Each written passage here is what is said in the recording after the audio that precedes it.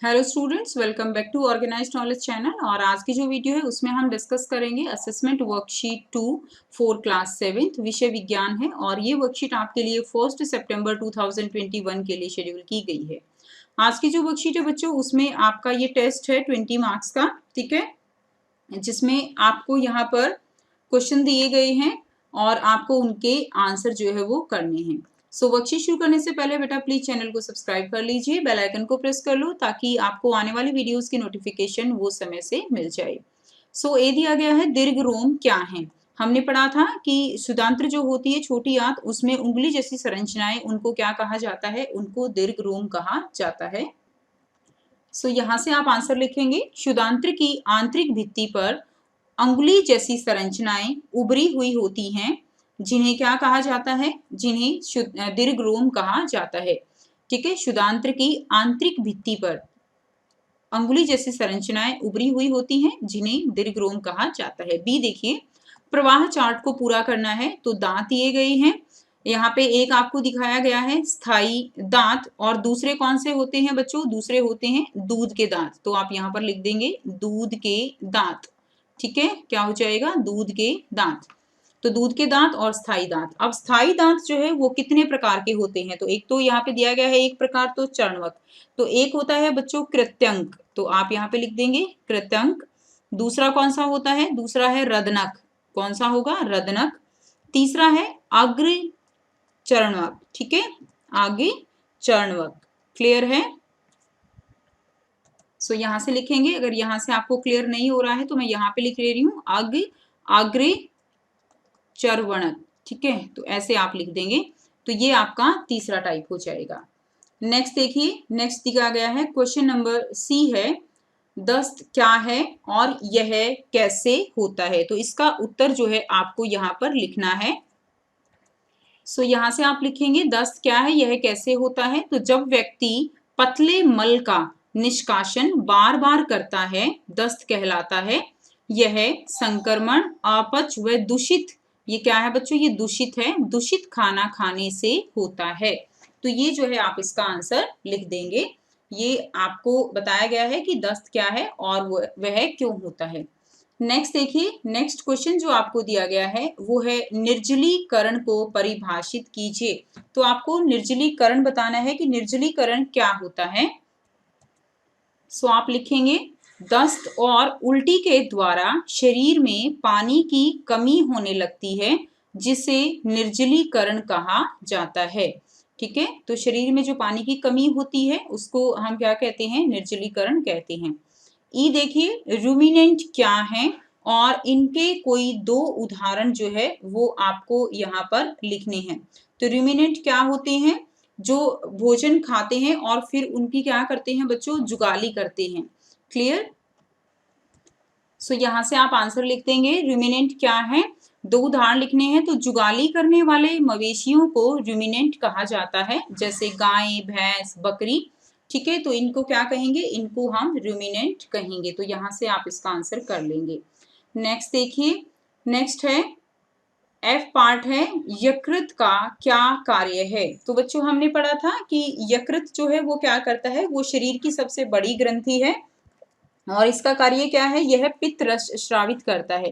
तो इसका उत्तर आप लिखेंगे कि यह पित्त रस जो होता है, ठीक है, पित्त रस स्रावित करता है। क्लियर। तो यहाँ से इसका आंसर लिख देंगे, यह पित्त रस निकालता है और पाचन में सहायक है। यह शरीर की सबसे बड़ी ग्रंथि है। तो ये इसका आंसर हो जाएगा। सेकंड देखिए, निम्नलिखित प्रश्नों के उत्तर संक्षेप में दीजिए।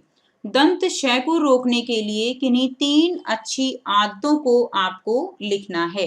क्लियर। तो 3 अच्छी आदतें कौन सी हो सकती हैं। एक तो खाने के बाद तुरंत जो है क्या करना चाहिए, कुल्ला करना चाहिए। तो यहाँ पे लिखेंगे बाद खाने के बाद कुल्ला करना चाहिए। तो लिखेंगे कुल्ला करना चाहिए। ठीक है, खाने के बाद कुल्ला करना चाहिए।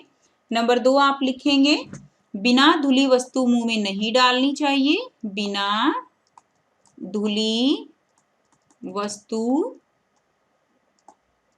मुंह में नहीं डालनी चाहिए। ठीक है, तो ये कर लेंगे, मुंह में नहीं डालनी चाहिए। तीसरा आप लिखेंगे, ठीक है, प्रतिदिन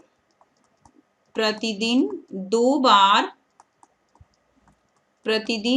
बार ब्रश अवश्य करनी चाहिए। ब्रश अवश्य करनी चाहिए। ठीक है, तो ये आप लिखेंगे। तो 3 अच्छी आदतें आप यहां से लिखेंगे। नेक्स्ट देखिए, पाचन तंत्र के भाग का आरेख नीचे दिया गया है और इसके भागों के नाम लिखिए।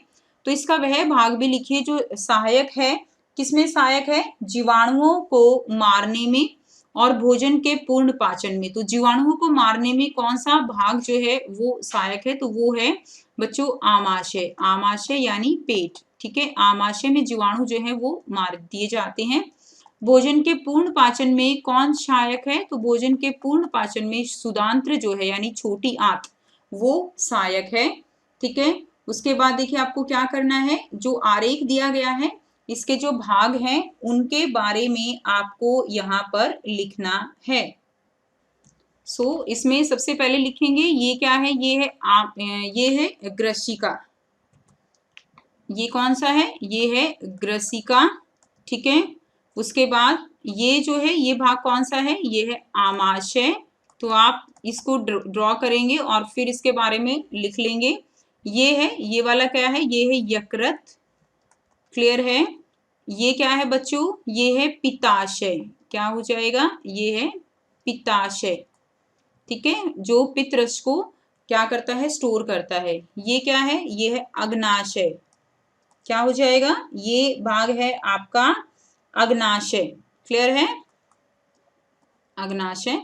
उसके बाद नेक्स्ट देखिए, नेक्स्ट आपको जो दिया गया है ये भाग है, ये है बृहदांत्र, जिसको हम कॉलोन भी कहते हैं। ये हो जाएगा आपका बृहदांत्र। ठीक है, उसके बाद ये जो है ये है आपका क्षुदांत्र। ये हो जाएगा क्षुदांत्र। और ये है गुदाद्वार। तो ये क्या हो जाएगा? ये हो जाएगा गुदाद्वार। तो इस तरह से आपको इसको कंप्लीट कर लेना है। ये थी बच्चों आपकी आज की असेसमेंट वर्कशीट। आई होप सभी स्टूडेंट्स को ये क्लियर है। कोई भी डाउट है तो आप पूछ सकते हो। वीडियो अच्छी लगी तो प्लीज लाइक कर लीजिए, शेयर कर दीजिए और चैनल को सब्सक्राइब कर दीजिए। Thanks for watching. मिलते हैं नेक्स्ट वीडियो में नेक्स्ट वर्कशीट के साथ।